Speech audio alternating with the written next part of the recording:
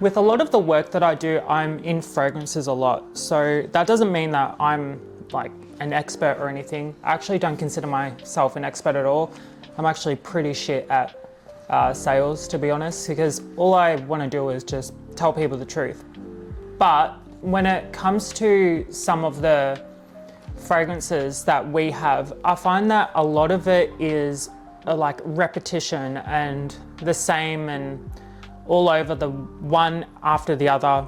And a lot of them, if I can be honest, are a lot of aromatics, a lot of your Chanel Blues and your YSL Ys, which are fine. And I do find that both of those are actually really great. And if it's not those, it's actually like more of a woody fragrance. And to be fair, a lot of them these days are woody. So you're gonna find that there's a bit of wood with a bit of maybe a herb, and it's janked up to like a full-on another sweetness level, and it takes over the whole fragrance, which you know, I get, but I don't think it's not something that I'm used to. But another thing that I feel like is worth noting is that while I do see a lot of people on YouTube in the fragrance community talking about fragrances in a certain way, I don't want to be one of those people that says that, you know, this is like a 10 out of 10 all the time. Because even though that I'm reviewing these, that doesn't mean that I necessarily find that personally I feel like they're my 10 out of 10s. This isn't the channel for that. But out of this brand, I do feel like that these are some of the best to offer. In this video, I think that you'll discover something pretty cool. Hermès have something secretly pretty great about them, and I think it's all in the storytelling. I do feel like Hermès know what they're doing, especially with a lot of their different universes. So they've got the fashion universe and they've got their, you know, fragrance universe that we're going to talk about today. You get two teams of art. One is all about the design and the other one is all about the fragrance itself and what's inside. So you've got the outside and you've got the inside. And I feel like a lot of marketing is being put into fragrances as it is. So when I was working, back in when I was at L'Oreal and when I was at the Hermès boutique, fragrances were obviously popular, but not at this level. Like, I feel like you've got, like, they're just, the guys are just getting younger and younger, or the people are just getting younger and younger. Before I start, I do want to mention just two people. So you've got the fragrances, but then you've got the noses behind them. The two in-house perfumers at Hermès. So you do have one that has succeeded the other now, but you've got Jean-Claude Elena and you've also got Christine Nagel. So the one former, he was the in-house fragrance perfumer for quite a while. He's really known for a lot of, obviously, the classic scents that we know today. And some of them most of them I will be talking about are from Jean-Claude Elena. Both of these perfumers, they do have completely different tastes. And you will find that a lot with fragrances. Like you'll find that this is actually necessary in the fragrance world, but I did want to mention this right at the start because I feel like we have these two to thank for a lot of these like really awesome fragrances, and they're just like massive home runners. If you've ever wondered what a boutique at Hermès smells like, they do have two specific fragrances that they're always rounding with. You've got Galop and Sur Le Toit that they're always kind of having in the air. And I'm not sure if this was just my boutique, but most of the time you will find that it's either both of them or one or the other. Especially Galop goes back to the equestrian roots to Hermès, much more than the other fragrances. And this was before Burenia, which is a new fragrance now that is very similar to Galop in a lot of ways. Burenia I will talk about in another video. There's like a whole story behind it as well. Maybe it was just my team that really liked these scents, but they do really well. So whenever you go into one of the boutiques, this is what you'll probably experience, is that kind of scent. But along with like the actual nature of going in there, you will find that the whole boutique does have its own kind of signature scent as well. And I do find this interesting because when I was there, a lot of our clients would ask us like, what do you like? What's your home scent, or why does the boutique smell like this? And like, what is it that you have chosen, or is it something different?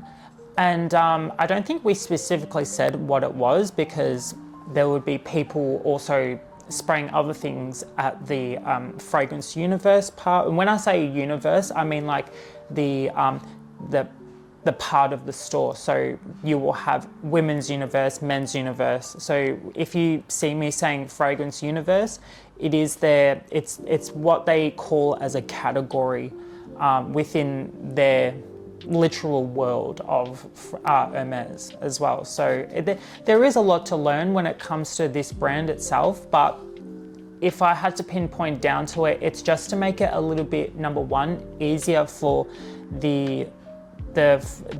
it's to make it easier for the client to understand why there's so many things, because there is, and it's to tie back to the storytelling to pretty much everything that they have. So if you find that you pick up one thing in the store, there's probably a reason behind it, and there's probably a really rich history behind it, if not like a really great story behind it.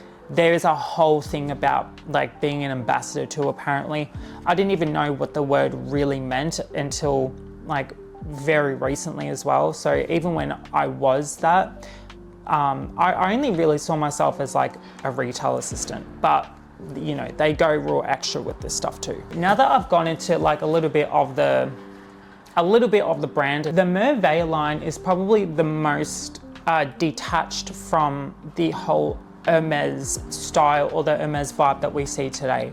And why I say that is because even if you see the bottles right now, so I will be putting pictures up as I'm doing this video, but when it comes to the Merveilles line, you will notice that it looks completely different to their others, and it's not as conservative as their other fragrances. Merveilles is all about it means wonder in French. So it was all about capturing the experience of magic and wonder within a fragrance, giving you a little bit of a warm, sensual sensation whenever you're using these. This is also really good for holidays and anyone that wants to use something a little bit less professional and more relaxed and chill.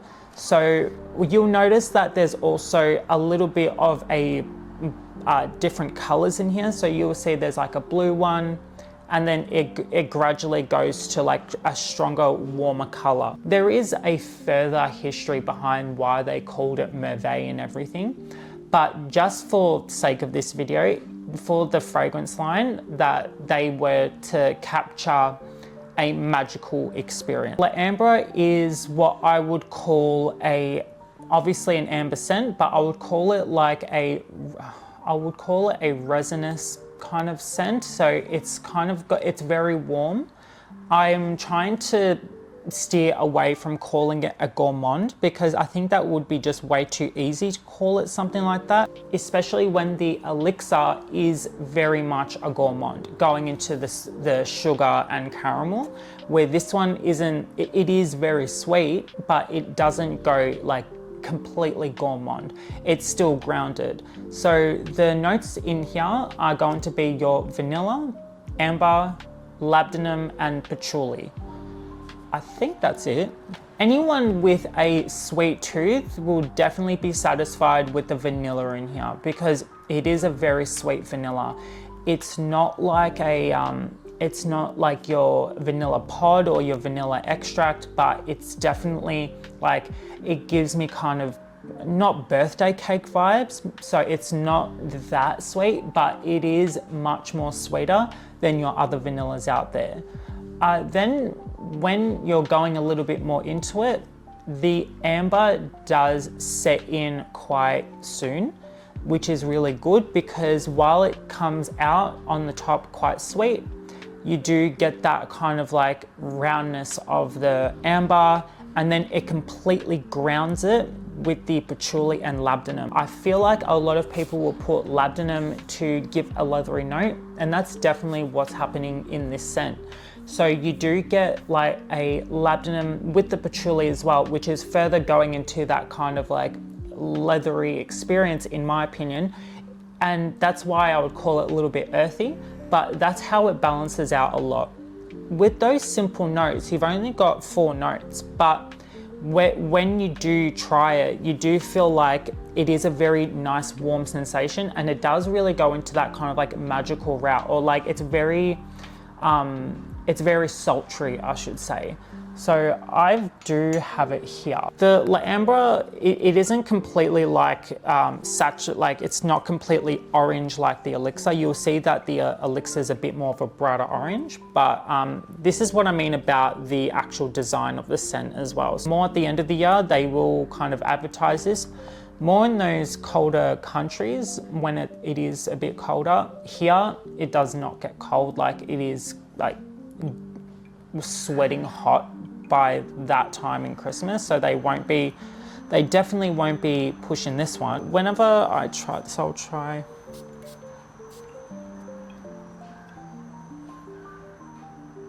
I actually remember it, even only recently, I do remember it being sweeter, but it is sweet, but that's not all I get when I smell this. The labdanum feels like it's coming through. Like I can't really pick notes like other people can, even though that I can't really pick and pinpoint exactly everything very specifically. I do feel like that I'm getting the labdanum and the vanilla very quickly. And patchouli is one of those things that I feel like always, it's in the background. Like it's very, I have heard some people say that patchouli, when it's just patchouli or it's patchouli dominant, that it gets a bit more like a chocolate cake. I haven't had much experience with patchouli that way yet, but also there's like a spicy route, but the sweetness dies off just a bit. So it doesn't go, like the sweetness goes down a lot, but it just gets really warm with the amber. So the amber is all the way through, I believe. That's what's keeping it warm. But it's not fiery, if that makes sense. So it's not like you will get resins that are a bit more harsher or a bit more sharper, but this one is much more soft. It is a very soft scent. I do feel like that a lot of people can wear this, especially now that heaps of people are loving the Stronger With You intensely, and even this does remind me a little bit of the other Stronger With You, the Absolutely. So this does go really much in that route where it's very, very rich into that kind of amber.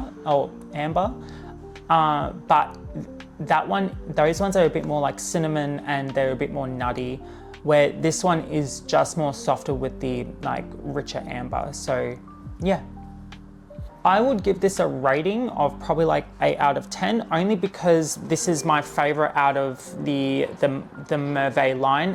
Any of these that you see today will be my picks from the other flankers.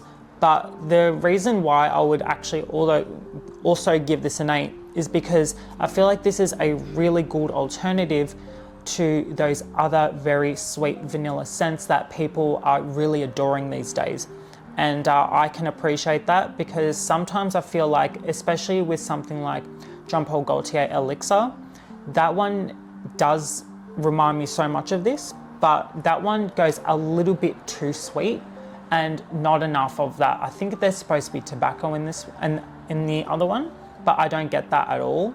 I don't even get like a vetiver kind of vibe, like it's not dirty enough, where this one goes a bit like really sweet and obviously rich, but this one is very, very balanced with the labdanum and patchouli. Definitely try this one, at least, because you'll know what I mean when you smell this and when you try this and you feel like, oh, this is very much like the reasons why you probably like those other ones. Sticking with the note of amber, you do have another one that is very amber dominant, in the Hermès fragrances. This one is one of their private lines, Hermessence Ambre Narguile. So this one is very popular to people that know the Hermessence line, but this one being the Hermessence, it's the whole idea about the Hermessence line is that it's supposed to break the constraints of normal commercial and traditional fragrances. This is what JCE was trying to describe when he actually started making these scents back in 2004. So it's over 20 years ago he started with these, and it's kind of surprising because they still feel very relevant today. You'll also notice that with all of the scents that they have, they've got heaps of flankers within this line, and for good reason. I mean, it's been around for 20 years, but you'll notice that all of them will have one note that it will say a note on it. So like whether that's vanilla or whether that's amber or whether that's one thing or another, they will focus on one accord at least, and then they will have like another name with it. But the whole reason behind their flankers is that it's supposed to focus on the accord, but it's also to like give its own inspiration, and there's like a poem within, like an artistic poem behind these olfactive notes. This one goes back to Merveilles a lot because it is an amber scent, but this one is not so, it is amber dominant, but I think what they were trying to do here is with this one, they put the amber kind of, they put amber obviously in there, but I feel like they made like a whole amber accord in here. It really is much more of a sensorial experience when you are trying these scents. My favorite out of the bunch, while I do think that this is one of the best, I also do like the, I think it's called Vanille Galant. They really aren't afraid to go really deep or really true one way or another in this one, because I don't think this is supposed to be like your straight out of the factory kind of it's not for everyone, and they're not trying to go for everyone. This is much more specific to the fragrance itself, and they are just focusing on making and building a very good quality fragrance and sticking to the accord, which I feel like this is very similar to what like Tom Ford will do, or what they used to do at least. Also the another one that I can think of is the Armani Privé line. This one is probably the most similar to me to Angel Share. So you've got a lot of, I feel like Lattafa does this one really well with Angel Share, and I'm not really speaking about Angel Share today, but whenever I pick this up, I think, damn, this really does smell nearly identical to Angel Share in a lot of its own ways, because I feel like it's got that kind of accord to it, but it's got like something even more interesting behind it. So if you're someone who likes Angel Share, you would definitely appreciate this. If you're someone who really wants something like very similar to Stronger With You Intensely, but you want a kind of like an upgrade to that, and you want something very similar to that, but you want to go a little bit more bougie, I guess, try this out, see how you go. You will be spending a pretty penny on this. Another thing to note as well is that the biggest downfall with this is that it doesn't last very long. And that, I think it really has to do with being an EDT. And also this one is much more complex, obviously, to Merveilles, but I do feel like with this one, you are, because you are spending a little bit more on this, you are kind of getting your money's worth, especially if you don't mind that it's not like a beast of a fragrance. Next one is Galop, which is Galop de Hermès pure parfum, and well, at least that's what they say it is. A lot of people do describe this as a elixir. Everything from the bottle to the notes to the reason behind it, the storytelling is really cool to this one as well. I do feel like this is one that they've done so well. This is such a beautiful scent. I will say straight up is that this is something that I do like, even when I'm not talking about the Hermès universe or the Hermès fragrances. You're either someone who likes leather and rose, or you don't, or you like one or the other. I feel like if you at least like one of these notes, you might really like this. This isn't like a jammy or a powdery rose. Like it doesn't feel like, you know, your grandma's bathroom. It doesn't feel like, you know, what's another way I can describe it? It doesn't feel old lady. If I can pinpoint what rose can smell like, it doesn't smell like this at all. So it's not that type of rose to me. With the leather, I can still think of it right now. It feels like much more of a fresh leather. It feels like more like a car leather, if I can put it one way. So you've got like a leather where sometimes like it's a real dark leather, and like you get a lot of the animalic parts of leather, but this doesn't go too animalic. It is a little musky because of the added white musk in here, but it's a realistic leather without feeling like it's much more of a fresh car or like a new car smell. Yeah. And why I go on a little bit about this is because these two notes are so polarizing. And I feel like you have to try this before you buy it. So this is one of those scents that you really do have to try it. It's not like a blind buy situation, because some people might really hate this, and that's fine. But that, for me, I really do enjoy it. The fragrance is designed as a stirrup, which goes with the saddle. This is actually a re-release from the original 1929. So they had one already that was released in 1929. When Christine Nagel took over, this was one of the scents that she really took her time with. And I feel like she is really good at taking her time. Obviously, like think of Berenia, she took, I think it was years of even just thinking about the scent before she actually started trialing with it.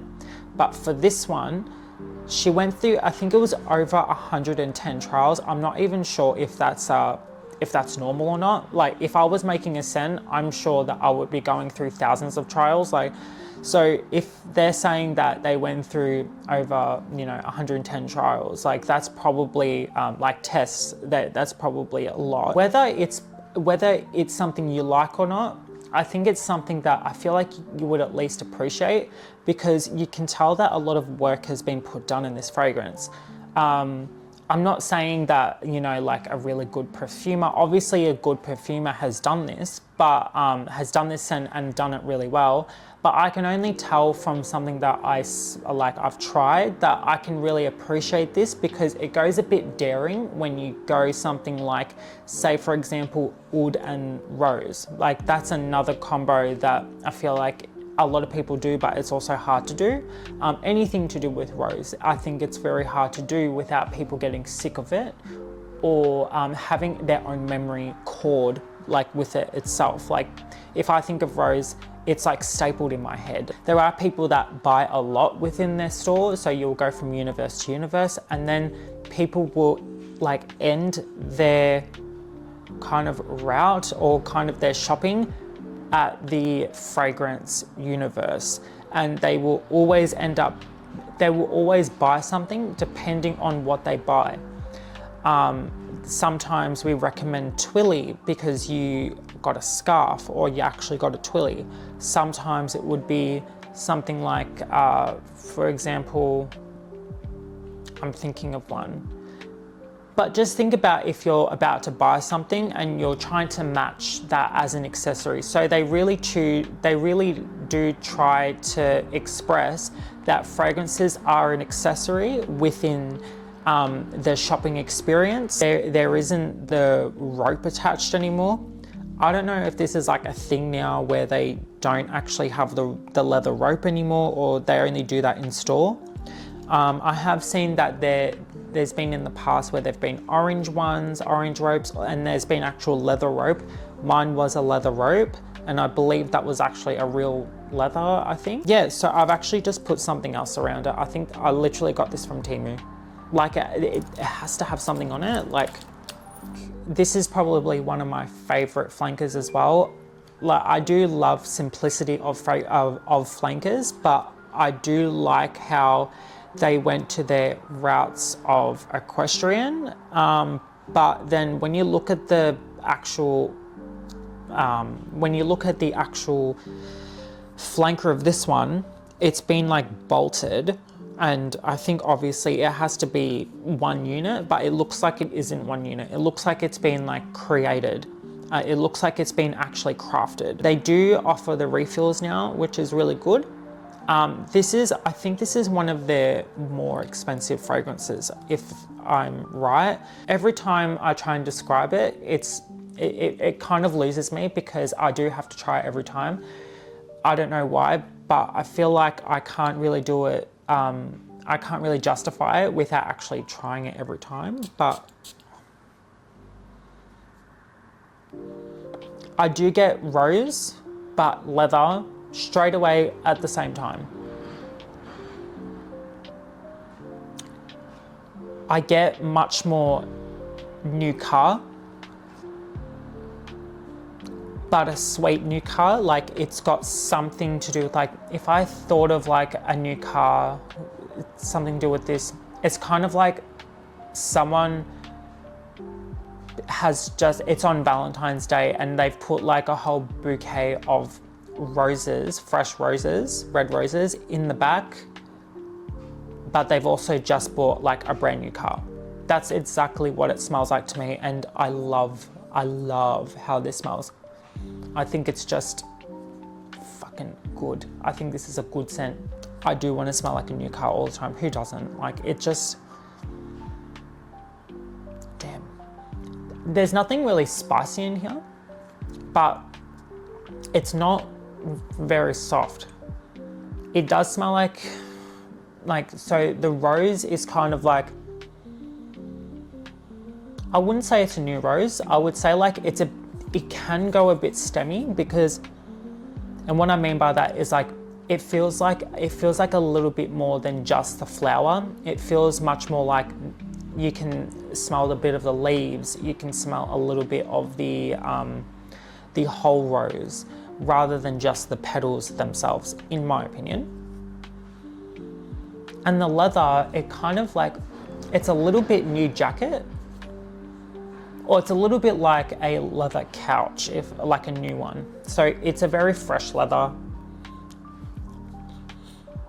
This stays quite light as well and dry. So this isn't, when I say like a sweet rose, rose is sweet, but it's not exactly floral all the time. So it is a distinctive rose. It is like the identity of a rose, obviously. But it's also got that, like if I had to put like a color to the leather, like it's not like a black leather, but it's more like a light brown leather, if I can put it that way. I think, but it's not like a pink rose either. It's kind of like a red rose. It's a very confident scent is what I'm saying. But it's not like screaming at you at all. Like, I think you would have to get a little bit closer. Like, I would say that even though that this is a pure parfum, it's not going to be really loud. The leather will stay on the skin really well. The rose, I feel like can die off a bit, in my opinion, or it can get a bit weird smelling. Like it can stop smelling like an actual rose and it just smells floral after a while. But this one will stay on the skin and stay on the clothes for a long time. But then also, I don't feel like you could be too close. Like, I don't think you can be really far from someone and be like, oh, I can smell leather and rose. Like, it's not like that. You would have to be probably like a feet apart to really smell this. Yeah, it's sweet but dry. Even from the sound, I don't know if you can, I'll try and make you hear this, but it really does feel like something to do with a horse. Like, everything to do with the horse, it's there. I would definitely rate this a 9 out of 10 for me. It is still a little bit traditionally done because it is an Hermès scent. If you can't tell how much I love this scent, I just really do love this scent. It's one of my favorite leathers. It's one of my favorite roses. The next one I'll be talking about is Terre de Hermès. This one will be the Pure Parfum. I think they now have 4 flankers. This is a really well-known scent and probably one of the only scents and the only flankers that are really well known for the flint. They wanted to do more of a modern men's scent, but this doesn't feel too modern. This does still feel very classic, very business. And a lot of people do say that this is a work scent. I would agree with that, but I also think that this is good for out of the office too. So this really translates to in office and out office. And why I do say that I agree is because this is really liked by so many people. And this is what I think a lot of people are trying to say when they say it's an office scent. Not that it smells professional, that it's just really friendly on the nose. Terre means earth in French. And what they try to kind of encapsulate here is that the man discovering earth and kind of having a relationship with earth and having a relationship with the kind of, so the fragrance is all about the elements of earth. So wind, fire, so it has a little bit of all the elements in here, but the flint being probably the most, it's the earth part of the scent. It's a bit, from what I can tell, is that it feels like a clean stone. It feels like smelling a clean stone. It's a more clean kind of earth, if that makes sense, but not dirty soil, but much more like the, yeah. But I could go on and on about what flint smells like, because from what I can tell is that the flint is giving a clean aspect to this scent. Even if there was none of this marketing around it, is that I would, at the end of the day, say it gives a clean kind of, a very different, deep but clean kind of like aspect to the scent. Also, what you have in here is orange, and I think orange is very distinctive in here as well. So the orange and flint play polarizing parts in here, because the orange is a sweet, very fruity, very realistic orange in here. So it's not like a orange juice. I do get a little bit of the grapefruit that's supposed to be with the orange as well. So the grapefruit, I think, is supposed to be even lighter and much more citrusy. I've never really liked grapefruit as a scent, but because it's paired with the orange really well, I think it's just to further make this a bit more fresher and a bit more, I don't know, it's trying to do like much more of a fruity kind of thing here. And in here, it doesn't bother me too much, the grapefruit, obviously, because I've worn it on a number of times and I've really enjoyed it. So it's much more orange in here than it is grapefruit, in my opinion. A lot of other people will say though that they do get the grapefruit, which, you know, if you get, I'm quite sensitive to grapefruit because I don't like it, but if you try it, or if you have tried it and let me know, I don't get the grapefruit. If you do, you tell me. I wouldn't kind of describe it as fruity. I just think that there's more fruits in here, but it's the combination of all these notes in here, along with the cedar and the benzoin at the end here, that it really does give off like, it is a woody scent, but I think of this as like a men's shaper. I'll put the notes here, what a shaper is supposed to have in it. It doesn't really mean too much what a shaper is to the everyday person. Galop, I feel like, is an unconventional shaper too, that the men's fragrance world for this one I feel like they tried to do the same thing by putting like a chypre kind of vibe to this. But in this case, like, I think they took inspiration of chypre. I've also got the cedar. The cedar I believe in here is Atlas cedar. The benzoin really fires this up a lot. I think that if someone was wearing this, I think that I would be able to tell.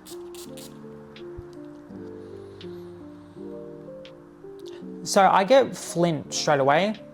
If I know what flint smells like at all, even though that I probably don't, but it's a whetstone feeling. So it definitely smells like whetstone, and it smells a bit like orange, but mandarin. So I do get like a very soft, sweet, fruity kind of scent here.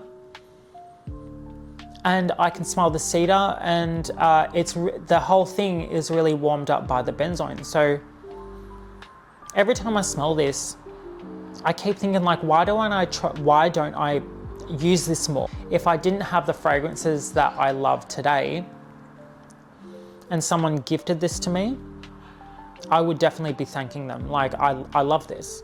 I can see myself wearing this more in the summer. This is just me personally. Because I want to wear something like, you know, something fruity, but kind of deep, kind of warm at the same time. I still want to wear a warm scent even in the summer. It's actually a little bit more powerful than I thought too. So this isn't a weak scent by any means. If I didn't know any better, I would probably say there's something like patchouli in here.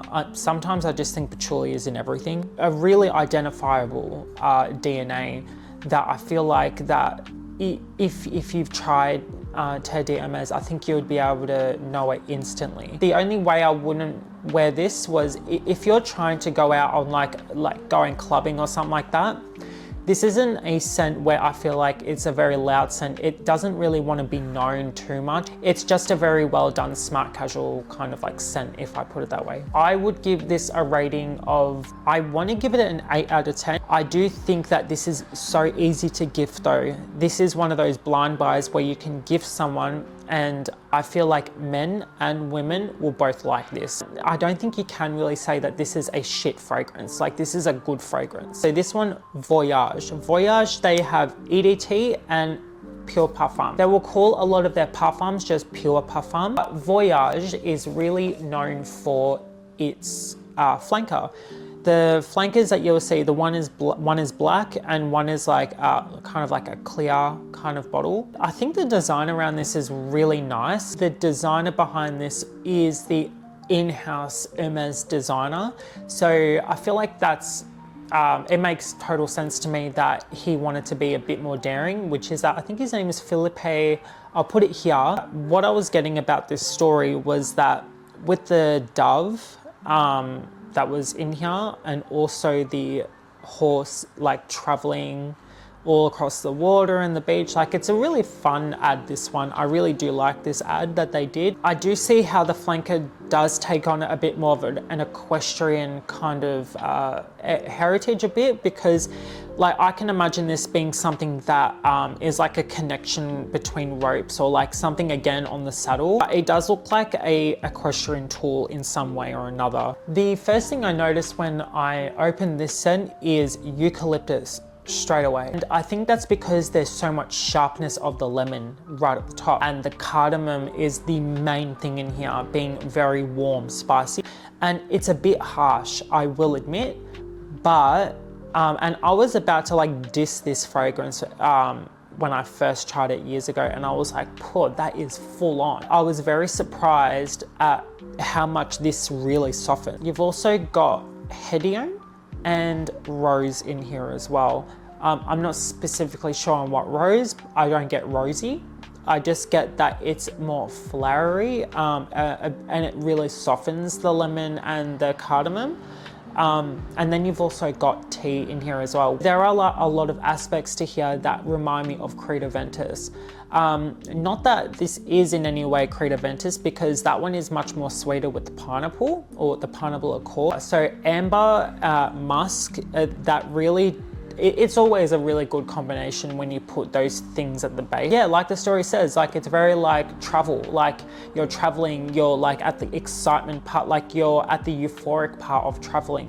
But as you go into traveling, like you're really experiencing the means of like this, in this sense, it's like hiking in the woods or hiking in the forest. I don't know why, but this kind of reminds me of what someone would smell like if they were in Lord of the Rings. Like it gives me Lord of the Rings vibes.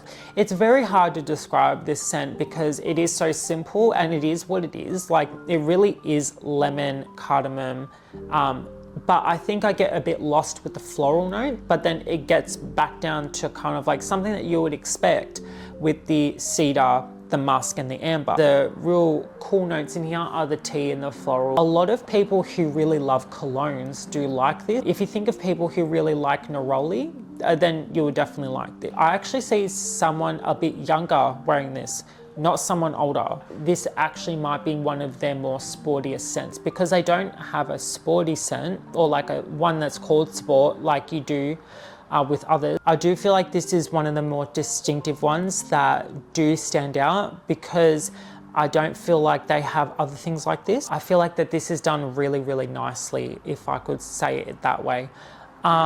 This does last really well as well. Even though that a lot of citrus scents actually don't last very long, I've also heard that things like lemon, bergamot, they really burn off really quickly. That's why you'll see them a lot at the top as being like a top note, but you'll never see it really as a base note. And if you do see things like real citrusy scents, apparently they won't really last very long unless they're really high quality. Even though that this is something that I wouldn't wear today, I definitely want to give it more of like a 7 or 8 out of 10 because I can definitely see other people loving this. I have actually had a lot of people come past this scent and really be surprised at how much they actually really enjoy this. So the last one today is Un Jardin. That's their collection that is inspired by gardens around the world. And this one specifically we're talking about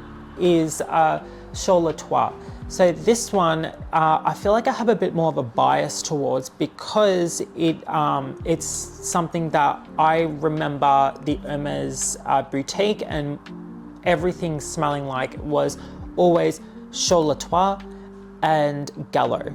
So that's probably why I have like a bias towards these scents. The one that you'll probably be much more familiar with, which is it's much more of its like tomatoey mango sister, if I can put it that. Yeah, so that one's Sur Le Nil. So that Sur Le Nil is really really well known and it's probably the most popular one. So I am aware of that. It's definitely Sur Le Toit that stands out for me. So Sur Le Toit is a really green scent. Yes, it is a green scent because it's got green on it, but it actually has some grassy notes in it. At the bottom, you will have a little bit of magnolia, but I don't get magnolia at all. But what makes this really, really beautiful is the apple and pear in here. The only other fragrance that I feel very similar like feelings to, and I will just drench myself in whenever I get the chance to. I don't know why I feel like this for the other one, but the Chanel Platinum Egoist, that one is another one that I really love and also has rosemary that's really distinctive in it. While I wouldn't describe it as vibrant, I do see it being just as bright, and I think it's because of the rosemary in here. Even when I go past the boutique now, this is exactly what it smells like today. I feel like that it's a real signature scent to Hermès. People will say it won't last on the skin, and this is very true. It doesn't last that long. It probably lasts the most like 4 to 5 hours. It will last on clothes very well. It definitely has some longevity and power to it. I just don't think it's as loud as a lot of people want. 2 sprays isn't enough when you try this. You'll need like a few. You might need 4 or 5, but definitely spray this on the clothes if you really want to see what the dry down is like and you want to see what it's like a little bit later. This one also does have, I think it's a little bit of rose in here and also a little bit of grassy note. With the Sur Le Toit, I always have fun saying that, Sur Le Toit, because I do not know French at all. Like, I'm not good at my French, but whenever I get, straight away, I get like a sweet grass. Like, it is very sweet, like a lolly. Like, to me, it's not like actually candy sweet, but it's much more sweeter than you would expect. And I think that's thanks to the fruity notes in here, obviously, but the rose in here as well. If I'm not mistaken, I believe there is rose in here, because I do get something floral. Like, I don't know what it is, but there's something rosy about this. Much more rosy than Galop, which is really absurd that Galop is a rose dominant scent, but this one reminds me more of rose, which is really funny. But I can definitely smell the pear, I can smell the apple. It does smell green, like if that's a color I had to put to it. This is a very soft green. Like, if there's millennial pink, if there was a millennial green, like, this is millennial green to me. This is a very soft spoken. It does have an experience to it. And a lot of ozonic scents do, like they're just really lovely. And it's a really clever fragrance, because whenever I've used this, I've had a lot of people say, "What are you wearing?" And I would show them, and half the time, if they're not, if they don't know the scent, and they'll be like, "Oh," a lot of the times they're like, "I wouldn't have expected that." The thing is that it's an unexpected scent. You don't expect to, straight out of a flanker, to smell grass. And you would think that grass smells really bitter some ways, but in this case, it is very spring. But I would like to smell like this right dead in the heat of summer for some reason. Like, I think I need something a bit warmer than this, but I would definitely mix this with other things because I have it. But because I have other scents, I don't think that I would just gravitate to this. But if I wanted to remember something, and I wanted something really fun to play with, but I do have times where I can't have something too warm, that's true. I just love really warm scents. I have mixed this with Galop because that's what the whole boutique smells like to me. So whenever I mix these two together, like, not that you should always mix things and you don't have to, but I just have such a love affair for this scent. I don't know why. Now all I can smell is Galop, but like, there are, yeah, now all I smell is Galop because it's such a cool scent. But yeah, like, whenever I mix these two things together, I'm just like, this is an Hermès boutique, like, to the T. That's probably one thing I do miss, is that not actually working there, because, like, really you're just like a retail assistant at the end of the day. It's not that special. But there are some special things in there, and the experience itself is just really, really cool. Like, I'm really grateful for working there. And yeah, they do things really well. And you're around really beautiful things, and yeah, but for the fragrances, like, I think they're really underrated in a lot of ways. And I think that, I don't know, a lot of people I can see them really liking them if they had the time to try them. For Sur Le Toit, I would definitely give this, because I'm very biased to this, I'm gonna try, like, knock a point off that because I'm biased. So if that makes sense, I'm not gonna put a point on it, I'm actually gonna knock a point off it because of that. This is actually more of the lowest rating. I'm gonna rate this more of like a 6 out of 10, because I feel like I can get this in many other places nowadays. especially now in 2024. One that just comes straight to mind is that I would rather the Sisley Hubert over this, the De Hubert. I think that's because it just has like a real cool minty vibe to it, but also has the vibes of this.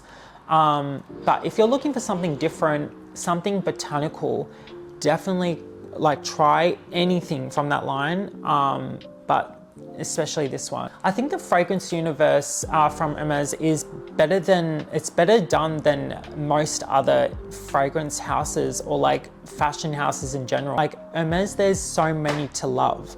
I feel like there are so many to appreciate. There are so many that have been released. And there's another thing is that there's a lot in this line to really explore as well. There's heaps, like you've got a private line from Hermessence, and you've also got like the men's and the women's line.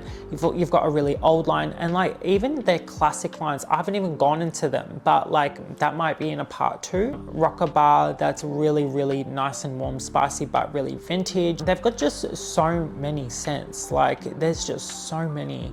Definitely go into at least a department or their boutique if you can, and see what they have. If you feel like I deserved it, feel free to subscribe, and thanks for watching.